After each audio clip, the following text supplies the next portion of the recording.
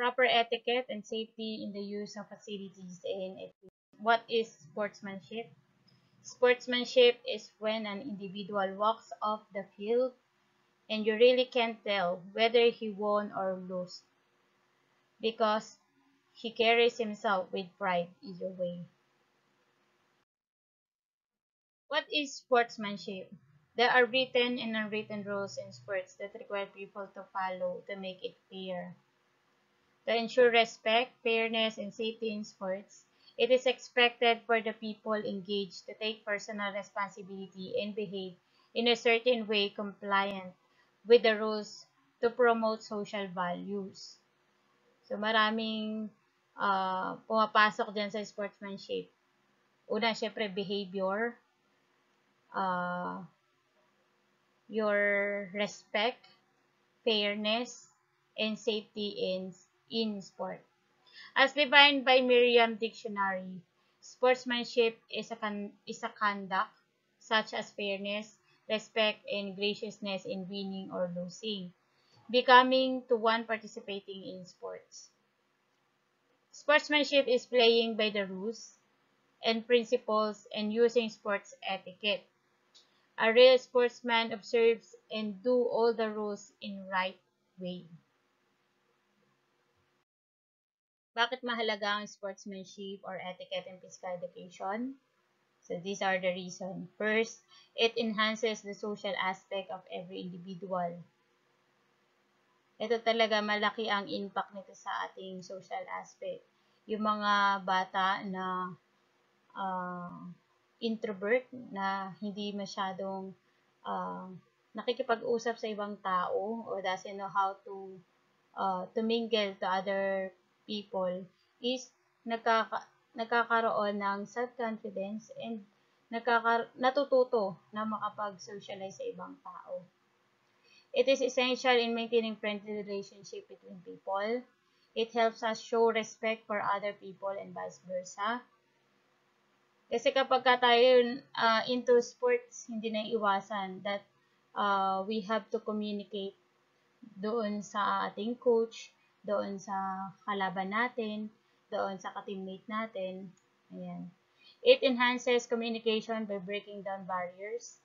It protects the feeling of others. It helps you feel good about others and yourselves. While doing your best, it encourages others to also do their best, lalo na sa mga team sports.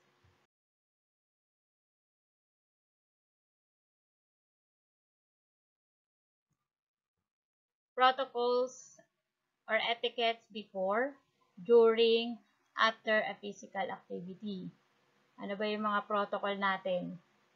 So, these are some tips to stay safe during and after an exercise. First, wear comfortable clothing. Choose, choose, choose your shoes and equipment properly and remember if this is right for the activity. Yan, ano ba yung dapat mong gamitin? Mag-rubber shoes ka ba? Mag-high heels? Or mag-regular uniform ka ba? Use an appropriate gear for the activity. It will help you to be safe in doing the activity. So, taking warm up and cool down before and after an activity will lower the risk of strains and sprain. Take appropriate breaks during the activity. A recovery once a week of activity is good to rest your muscle pain. To give you some stamina, eat light food, but exercising immediately after a full meal will affect your digestion. Be hydrated. Replenish extra fluid before, during, and after physical activity, especially for prolonged exercise. Beware of the weather and environmental conditions. Take it easier when doing an activity, especially when it's hot. Listen to your body. Stop the activity and seek medical advice as soon as possible when you are feeling unwell. In using the equipments and facilities, dapat mayroon din tayong proper etiquette para maging ligtas din tayo. Number 1, read the rules and regulation of the place. We must be knowledgeable in various rules inside the premises. If you have any question, you must talk to the information desk personnel or the person in charge. Dapat alam natin, bawal ba magkalat, o saan lang tayo, hanggang saan lang tayo pwede pumunta, ano yung mga pwede natin gamitin, anong oras, yan, ano yung mga bawal at pwede natin gawin. Maintain cleanliness and orderliness. Sinabi nating cleanliness, syempre, huwag tayo magkalat. Then, kung saan mo kinuha yung equipment, dun din natin ibalik. Cleanliness is one basic etiquette we must observe at all times. Number 3, be mindful to others. Always consider other people's time and space. Do not distract their activity. So, may time na may nakakasabay tayo mag-gym, dapat be mindful to others. Huwag tayo masyadong maingay na to the point na nadidistract na rin yung kanilang ginagawa. Also, we must know the proper handling of equipment. Number 1, read the manual carefully. Before using any equipment, you must read the manual guide to know its proper use. Kailangan tama yung paggamit natin. Number 2, be alert and aware on how to use the equipment. You must be alert in using certain equipment, and if you encounter certain problems, you must report it immediately. Kasi, yung mga gamit na yan, lalo na sa gym, pagka hindi tayo aware kung paano siya gamitin, baka mamaya, mamaya malagay natin siya sa lugar na hindi pala siya pwede doon, bumagsak, lalo't mabibigat yung mga equipment, pwede tayong maka-aksidente. Number 3, take good care of the equipment. You must maintain its standard and must be clean after usage. Halimbawa, gumamit ka ng bench press. 'Di ba? Usually, pagkatapos natin gumamit, yung mga pawis natin, nandun na dun sa may equipment. Ano yung dapat natin gawin? So, dapat, linisin din natin. And punasan din natin kung natuluan natin ng pawis or nadumihan natin yun.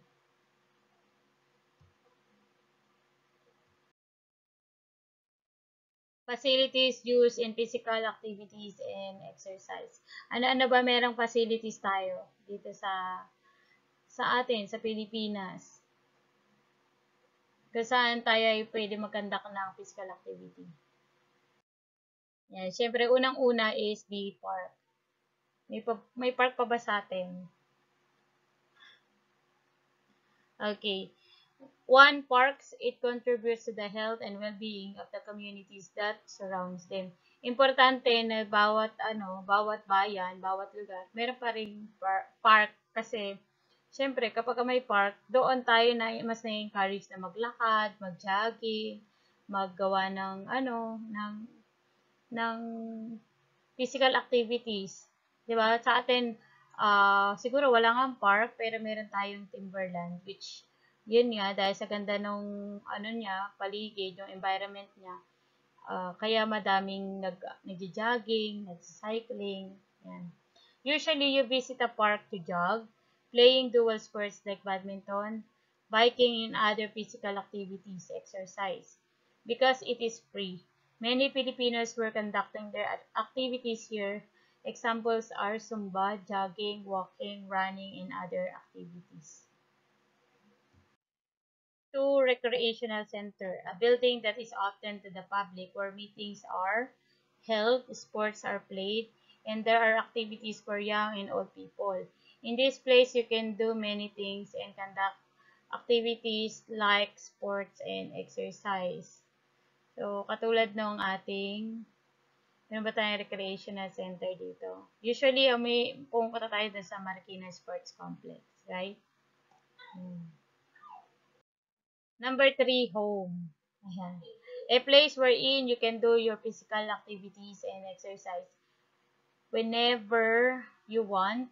Even we are busy and our days are hectic, but we need to be physically fit even in our 4 corners of home.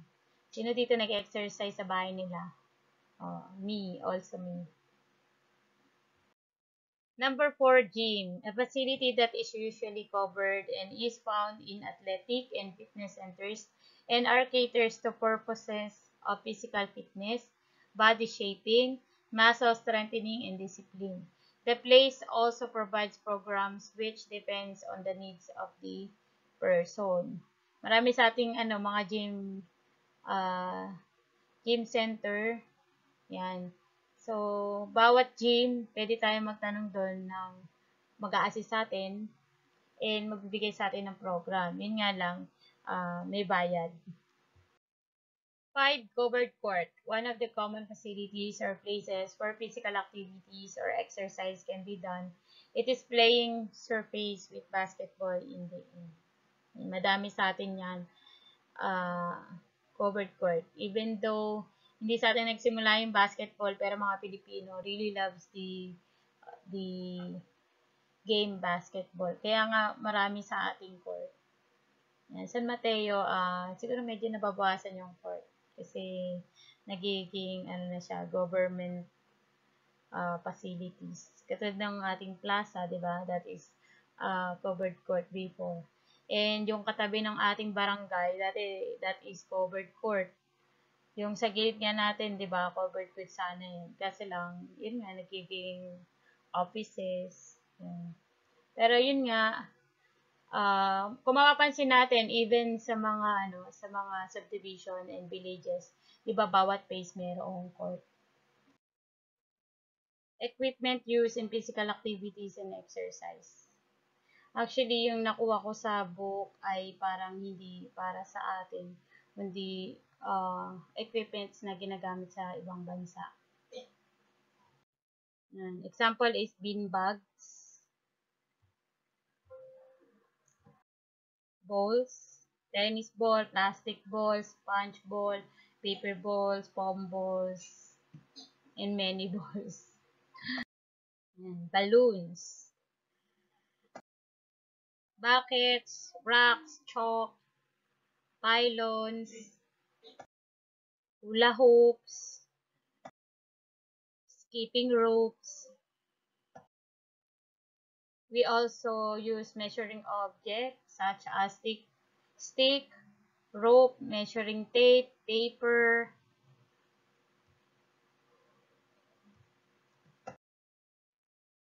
scarves, mga panyo, handkerchief, towel, socks,